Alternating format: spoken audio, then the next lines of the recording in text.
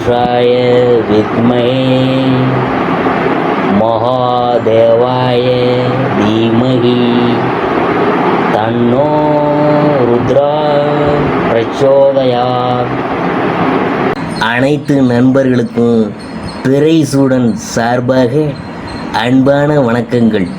இந்த வீடியோ பிடித்திருந்தால் லைக் பண்ணுங்கள், ஷேர் பண்ணுங்கள், கமெண்ட் பண்ணுங்கள், மறக்காமல் சப்ஸ்கிரைப் பண்ணுங்கள்.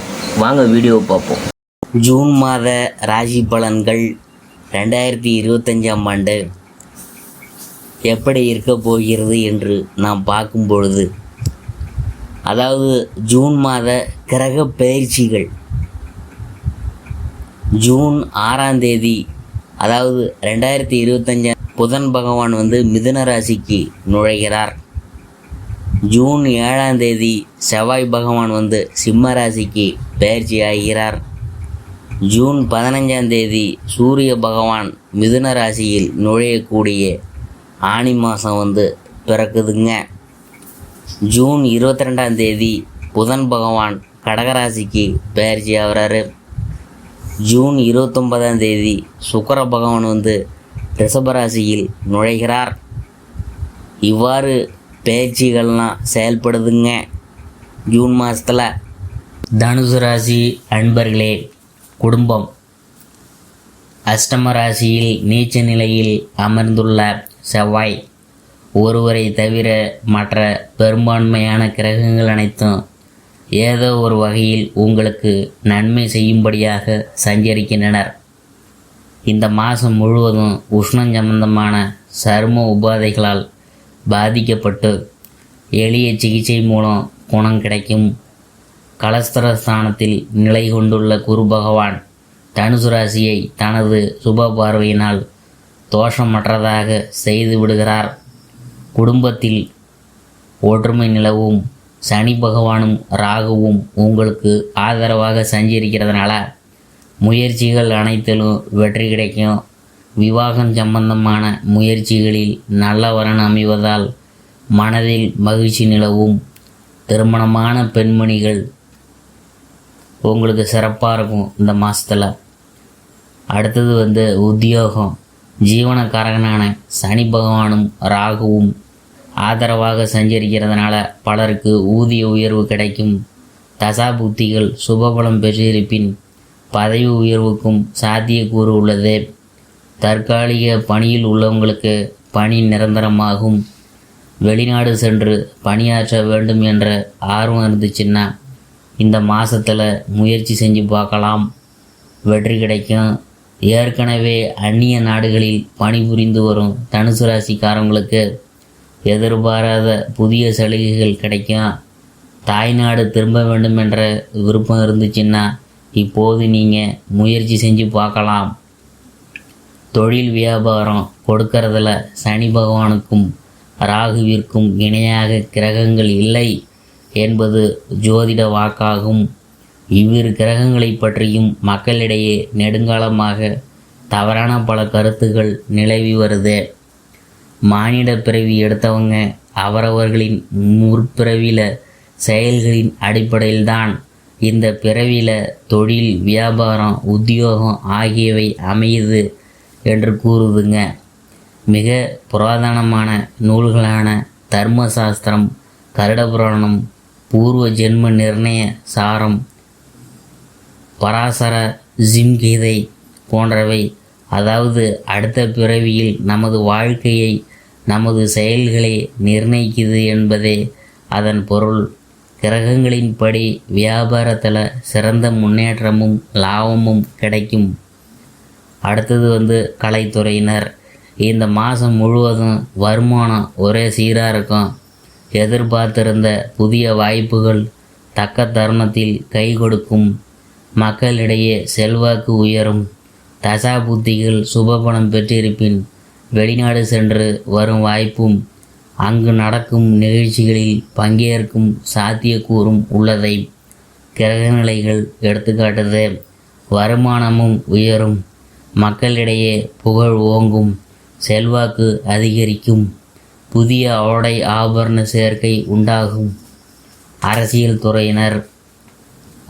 துறையை தங்கள் ஆதிபத்தியத்திற்கு கொண்டுள்ள அனைத்து கிரகங்களும் சுபபலம் பெற்றும் தோஷமின்றியும் சஞ்சரிக்கிறதுனால கட்சியில் மிக முக்கிய புதிய பொறுப்பு ஒன்றை ஏற்க நேரிடும். இதனால் செல்வாக்கு அதிகரிக்கும். கட்சி தொண்டர்களிடையே புகழ் ஓங்கும்.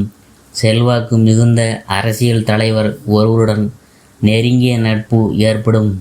எதிர்கால அரசியல் முன்னேற்றத்திற்கு இது பெருமளவில் காரணமாக அமையும். மாணவ மாணவியர் கல்வித்துறைக்கு ஆதிபத்தியம் கொண்டுள்ள அனைத்து கிரகங்களும் சுபபலம் பெற்று வளம் வர்றதுனால பாடங்களில் மனம் தீவிரமாக ஈடுபடும். உயர்கல்விக்கு பண உதவி எளிதில் கிடைக்கும். வெளிநாடு சென்று விசேஷ உயர்கல்வி பயில விருப்பம் இருந்துச்சுன்னா அதற்கான விசா அதிகமாக பாடுபடாமலேயே கிடைக்க போகுதுங்க. நிதி உதவியும் உங்களை தேடி வரப்போகுதுங்க. ஏற்கனவே வெளிநாடுகளில் விசேஷ கல்வி பயின்று வரும் மாணவர்கள் தங்கள் ப்ராஜெக்டுகளை குறித்த தேதியில் முடித்து சமர்ப்பித்து விடுவாங்க. விவசாயத்துறையினை தங்கள் பிடியில் வைத்து கொண்டுள்ள செவ்வாயும் மற்ற கிரகங்களும் ஓரளவே அனுகூலமாக உள்ளார்.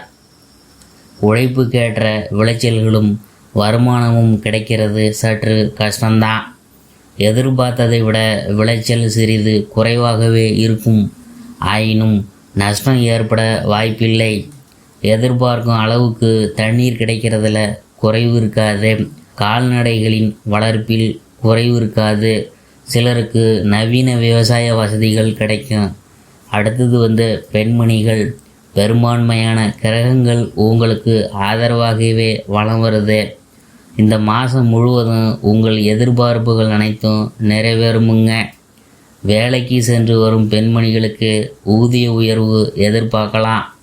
புதிய வேலைக்கு முயற்சி செஞ்சவங்களுக்கு வேலைலாம் தயாராக இருக்குது. அஷ்டமஸ்தானத்தில் செவ்வாய் நீச்சமடைந்து சஞ்சரிக்கிறதுனால உஷ்ணம் சம்பந்தமான பிணிகள்லாம் உடலை வாட்டும். அவசியமானால் தவிர வெயிலில் அலைய வேணாம். தரக்குறைவான உணவகங்களில் சாப்பிட வேணாம். ஐஸ்கிரீம், அன்னாசி பழரசம், பப்பாளி பழம் ஆகியவற்றை தவிர்க்க வேணும். இவை அனைத்தும் உடல் சூட்டை அதிகரிப்பவே ஆகும். வாரந்தோறும் செவ்வாய் வெள்ளிக்கிழமையில் பெண்மணிகள் எண்ணெய் ஸ்நானம் செய்து ஆரோக்கியத்தை பாதுகாக்கிறதுக்கு உதவும் என மருத்துவ ஜோதிடம் உறுதிபட கூறுத. பரிகாரம்: ஏதோ ஒரு முருகன் திருக்கோயில் செவ்வாய்க்கிழமையில் மாலையில் தீபத்தில் சிறிது பசுனை சேர்த்து வந்தால் போதும். அற்புதமான பலனெல்லாம் கிடைக்கும். தனுசு ராசிக்காரவங்க இலக்குகளை தெளிவாக அடையிறதுல கெட்டிக்காரங்களாக இருப்பாங்க. தெளிந்த திட்டம், செயல் ஆகியவற்றிற்கு உதாரணமாக இருப்பாங்க. குடும்பம், உத்தியோகம் ரெண்டிலுமே தங்களின் தனித்துவமான செயல்பாடுகளினால் முத்திரை பதிப்பாங்க. கடின உழைப்புக்கு பெயர் பெற்றவங்க. தனுசு ராசிக்கு 9ஆம் இடத்தில் கேது பகவானும் 3ஆம் இடத்தில் ராகு பகவானும் இருக்கிறாங்க.